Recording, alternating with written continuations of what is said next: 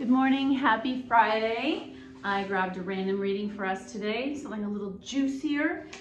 The power of empathy, and this is something I'm trying to drill into my child that matters pretty much more than anything else as a human.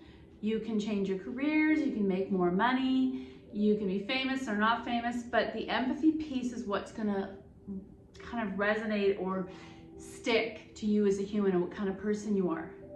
Don't be afraid of opening your heart. It's not easy to have an open heart in a world that offers us a full plate of experiences. With this life gives us much joy, love, and light, but it also shows a fair amount of pain, sadness, and suffering. There's that duality, black and white. When our hearts are open, we take everything into ourselves and we're deeply affected by what we see. And you do see that word empath throwing around a lot. I completely can relate, where your body actually takes on a lot of the pain from other people. We do not hold ourselves separate from the pain of others. In addition, and this can be dangerous, and my cousin who's a psychologist is always like talking about boundaries. When you feel too deeply and take on everybody else's pain, you do have to protect yourself in the long run. In addition, your own personal disappointments may begin to take their toll. We may feel small and alone. The task of living with our hearts wide open, we could begin to close down and little by little so that we can get through our own days without having had too much. And that's kind of what we don't want to happen. One thing you can help to turn the situation around is the awareness of the power of empathy. To open ourselves up to another person's suffering is a revolutionary act that has energetic implications. Many experiments with meditation have proven that we can reach far beyond the boundaries of our own selves and head into others with our hearts wide open. A heart meditation awakens the power and heals the personal that there's meditating, as well as anyone else in the room or in that focus. You may want to experiment with the next time you are feeling something painful, or you hear something painful. Instead of shutting down your own emotions to create space for this, resolve to hold your feelings in your heart, then tap into the divine energy of the universe. This is a little new age for me. And the love that reaches within you. This energy makes you powerful, for it's your production that will transmute the hurt of others. Tell me what you think you got out of that. Breathe deeply and let yourself feel the pain of the situation, knowing that your heart is big enough to hold it all. As you breathe, visualize healing light emanating from your own core and touching all who are around you. You will heal your own heart in the process. So I guess being aware that I always say there's enough pie for everybody in this world. You can be healing and loving and kind and open to other people's problems, but you also need to give a little bit of space to yourself. Today I'm going to go back to our lovely dice. Oh, there's even a book, which I never look at. If we were to do a focus class on the heart chakra, which is where we were just talking about opening of the heart, that would be a lot of back bends, heart opening. We'll do a bit of that because seems to be a universal problem. And I'm not even going to move anything. Chair. I just not lost it. Chair. Half moon. Oh, a spinal twist lunge. Cow face. Lunges we already do, so what can I do with that? A little back bend. Bridges, we need to do more of that. And a forward fold. Okay, I love all of these choices today. So let's get to the mat, we'll do some work, and I hope you have a beautiful practice.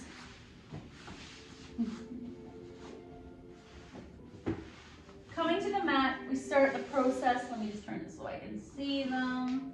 That's a lot of choices today. Knees to chest, immediately pressing lower back down, and I immediately go into little boat. I want to massage my lower back.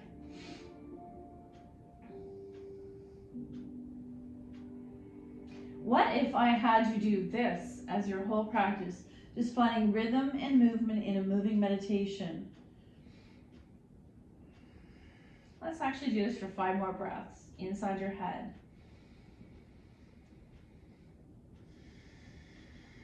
If it hurts your knees, you're coming behind.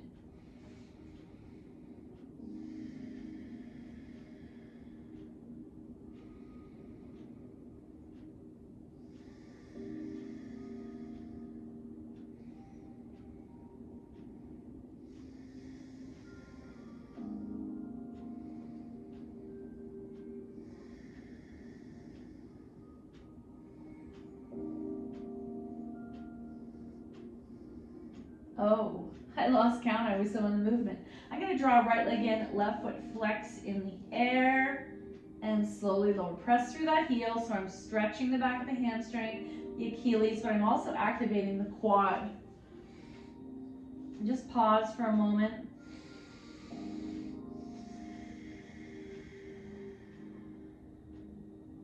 Gently take left hand to right knee, taking it over in a single leg spinal twist. Back to center, little boat. Oh. Left leg in, right foot in the air, flex, press through that heel, and slowly lower. Drawing the left thigh in. Finally, right hand takes left knee over, single leg spinal twist.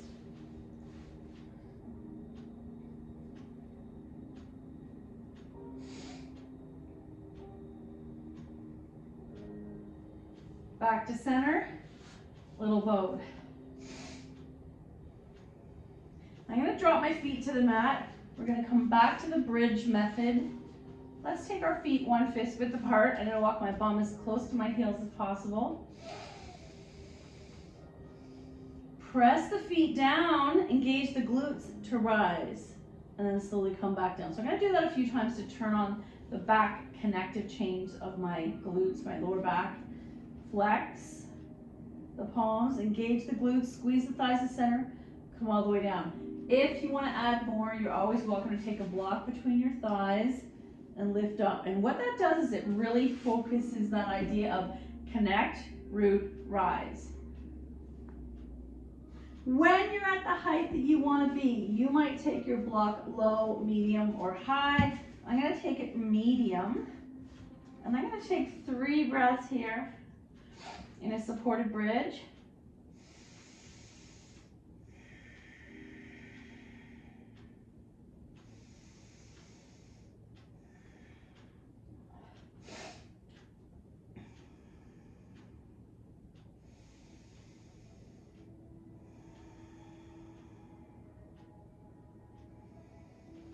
And then I'm going to slowly lower down to the lowest for 2 breaths. And then I want to do that stretch where we bring one leg in, slide left leg straight. So I'm taking right in, stretching left as far away from the right as I can, very deep hip stretch. I'm going to stay dangling, heel down or dangling, whatever works for you.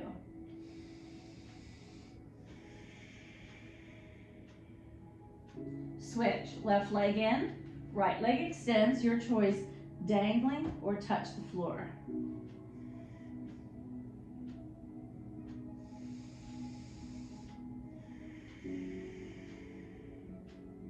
And feet to the mat.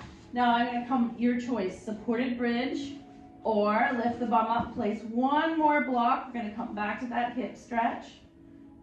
Right leg in, left leg extends, starting with heel gently touching the floor so your hip acclimatizes. Gently lift chin to the sky. Dangle that leg.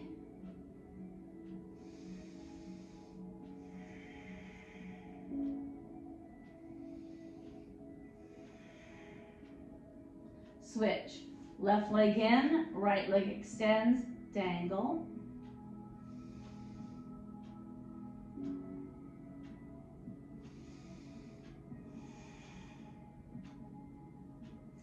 Both feet to the mat, and our final piece, it's pretty intense, you don't have to do it. Legs slide straight, keep them still about a hip width apart. Arms to a T, or some of you are going to take it behind you, and now I've made this deep arc over the blocks. You can probably feel this in your hip flexors. If it's too much, come on out.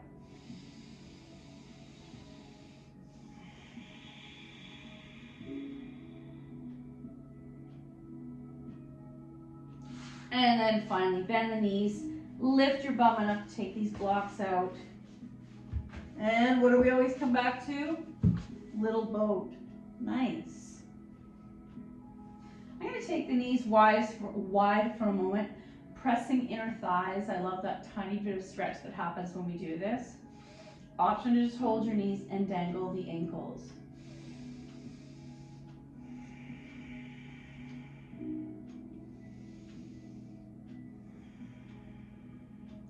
Option to come into setup for happy baby.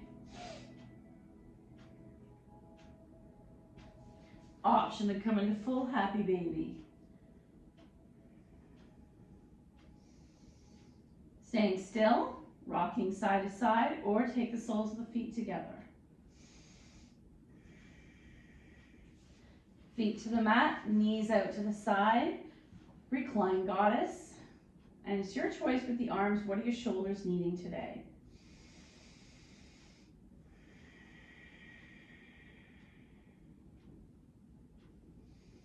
Close the legs, thighs to chest, feet in the air, dangle, and maybe you're going to roll out the ankles, fan the toes. Your choice may be to stay here. I like to let them fall wide and let gravity stretch inner thighs.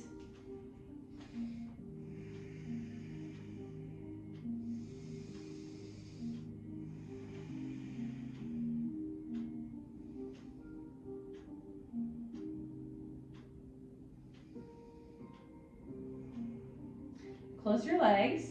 Right leg's gonna stay in the air, left leg's gonna lower. Grab that strap. Strap to the ball of the right foot. And whenever I don't do this, I don't have my same range of motion. It's like my body craves this activation here. So I'm gonna take both straps in the right hand, leg out to the side, left arm to a T. We're gonna pause here.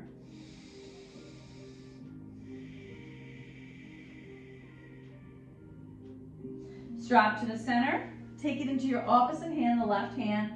I'm going to take that leg across the midline, just stretch my IT band. Some of you may take it all the way over, keeping that right shoulder down. Back to the sky, get rid of the strap, little boat. Feet in the air, right leg's going to lower, massage the left leg, point and flex. I want to take that strap to the ball of the left foot. And you might stir this leg. What does your hamstring need? Both straps in the left hand and take that leg out to the side.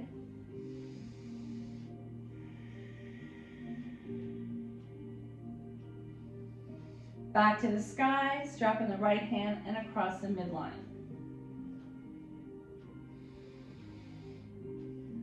Back to the sky, get rid of the strap, little boat. And let's do a quick shoelace just to help our hips. Right over left, line up those knees, pull it in, it's your choice, flex. And switch, shake it out. Left over right, line up the knees. Maybe you're grabbing the opposite ankles.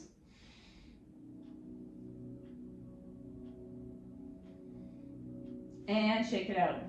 We're going to roll into a ball on our side and just relax for 2 breaths. And then gently push yourself upright. We're going to come into whatever form of child's pose serves you today. I'm going to start an extended child's pose. I want to keep those elbows up. I might switch to wide legs so I can get the chest down.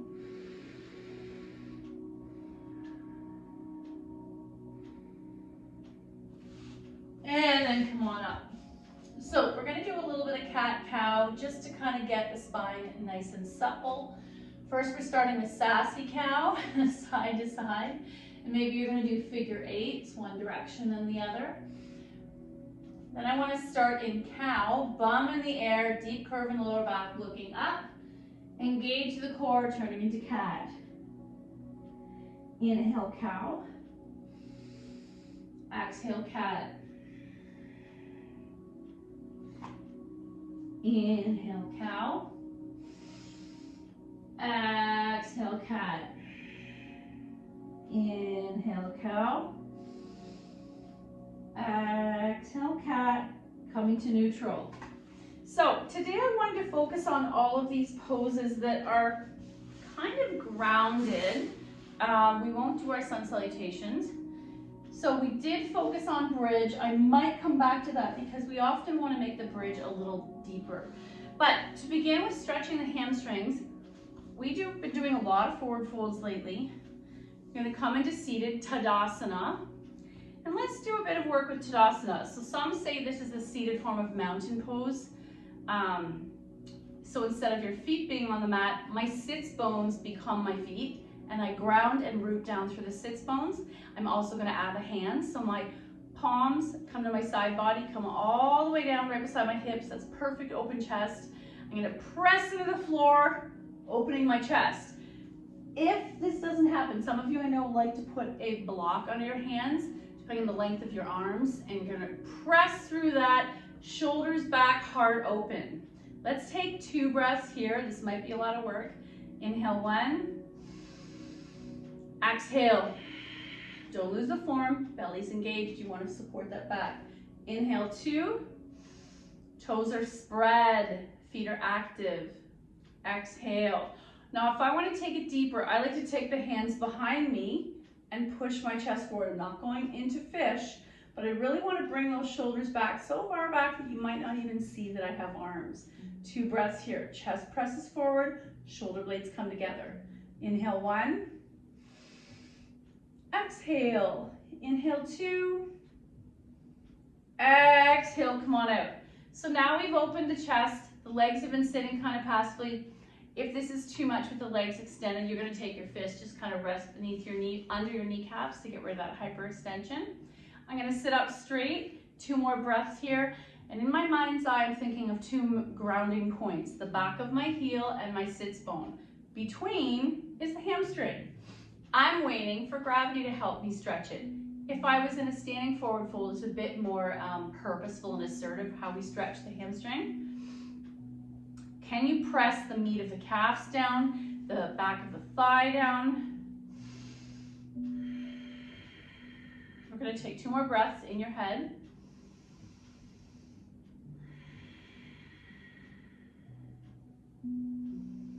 Now if having your legs extended this long is getting to be too much, you can put a folded towel behind the knees. I'm going to go a little deeper.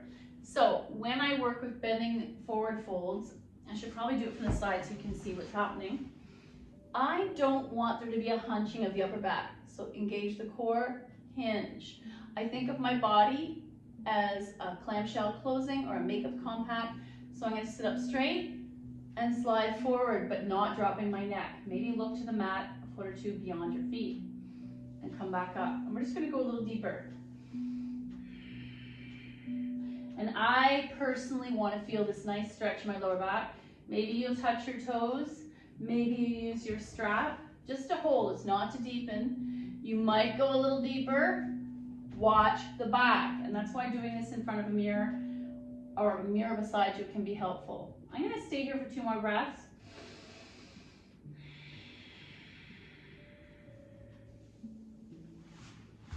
We're going to take a few more breaths with our legs still extended. If it's too much, remember, come on out, soften, or get rid of one leg so that you're focusing on the space between the legs. Sit up nice and straight. Start to slide forward. We've done this with our legs wide. Today we're doing it with our legs closed. Eventually belly coming to thigh and come back out. Forward. Come on out. And it's your practice. If you want to go all the way down, please feel free. If that's impossible, respect where you get to. So I'm going to stare at my feet. And then come on out. Oh, that felt good. We'll do one quick fold with medium wide legs, because guess what? Just by widening the legs eases off the hamstring and the lower back for some people. So I can stay upright, Or I can slide and attempt to fold, staring at your hands. And one more time. And come on out. Nice. Okay. We've done enough floor work. What else do we have? Oh, while we're here, let's take the strap. We'll do a quick shoulder. All of you say how much your shoulders kill you, and they're tight. So we're gonna need the shoulder mobility for two poses we're doing today. Cow face in particular. Zombie arms, tear the strap, and maybe rise a little higher. Maybe you need to give yourself more space, tear the strap, rise a little higher. Try not to jut out that chin or the belly. The action is happening in the shoulders. My body is stagnant. And I'm gonna go as far back as it feels good and pause. Oh, and for me, it's not my shoulders. I'm feeling it in my mouse arm, the arm I do my most computer work with, in the bicep and forearm. Oh my gosh. I'm gonna do that 2 more times to create some openness in my shoulders for later. Zombie arms, straight. Option to do a little side to side. Option to pull down, not jutting the head out. And one more time. Zombie arms, rise. Oh my. And release. We're going to take this behind us and do one more variation. I like to fold it in half. I'm going to take it behind me the width of my shoulders. You've seen me do this. And I'm going to either hinge and lift. Actually, let's stay seated up. You can cross your legs or leave them out. Nice and straight, neck, head, shoulders stacked. Arms behind you. Even if I don't lift the strap, this is a nice opening of the chest. Option to attempt to lift, lift, lift, and bring it back down. Lift, lift, lift, and bring it back down. And I'm often searching for the middle road in the flexibility of my body. They will not be identical, and as one of my friends says, my sides are not twin sisters. They're sisters, but not twins. So I will always have a different range of motion in shoulders, in hips, forearms. We are handed. We have a dominant hand in us as an animal, so we will always have an imbalance, and that's okay. I'm looking for almost middle, equal. And maybe you're playing around with this, and release. Okay, and we're gonna do one thing for our hips, then we can put them together and do cow face. Bend the knee, right hand's gonna grab it. Let's just get into that hip before we rock the baby. Maybe you like the stirring portion better. And then rock the baby. I'm either staying here, nice and tall, or coming into monkey bind. Keep that right foot flexed and active. Feel it going all the way into the hip, and release. Nice. Whew. Left foot bends. Stir. Stir. All the different directions. Then I'm gonna rock the baby, bringing that shin and calf as close to me as possible. And option to come into full, so tight. Undo, roll out your ankles, and I'm just gonna do a tiny forward fold again because it feels good. Whew. Okay, we wanna put that together. Cow face is one of my favorite poses. I love that it uses, it's a lot like eagle. It uses upper body flexibility, lower body flexibility, and stillness. Not so much balance. So, let's do our legs first. Right leg down, left leg over. Lining up the knees. If I'm tight, just to help myself out, I might put a block just under that foot. And because the left leg is on the top, let's take the left arm on the top. I'm gonna lift my hand up like I'm answering a question, attempt to touch that space between my shoulder blades. Right arm comes behind, and I just have the back of that hand to my lower back. Even better, take a strap and use the strap to extend the length of your reach. Quite often when we try to make the bind, the hands together, you'll see people distorting their wrists. So I care more about open shoulders And maybe you're gonna gently pull that strap. How long could you sustain this? Option to forward fold. Pre-COVID, I was a lot more flexible and I would be flat on the floor here, but it's okay. Our body changes as our life changes. It adapts as it needs to. Release and shake it out. And humans are pretty adaptable. Left leg on the bottom, right leg on the top. Right arm answers the question, touch between the shoulder blades. I want to keep that head stacked. Left arm behind. I'm going to take the strap just to make this more attainable in my body today. Notice that diagonal elbow, elbow. Gently tear the strap. Sitting up nice and straight. I'm trying to keep stable in both sits bones. Big breath in. Exhale. So you can choose to stay here or forward fold. And come on out. Nice. Let's take a little squat as a little break in between. And you're going to decide how deep a squat your body needs today.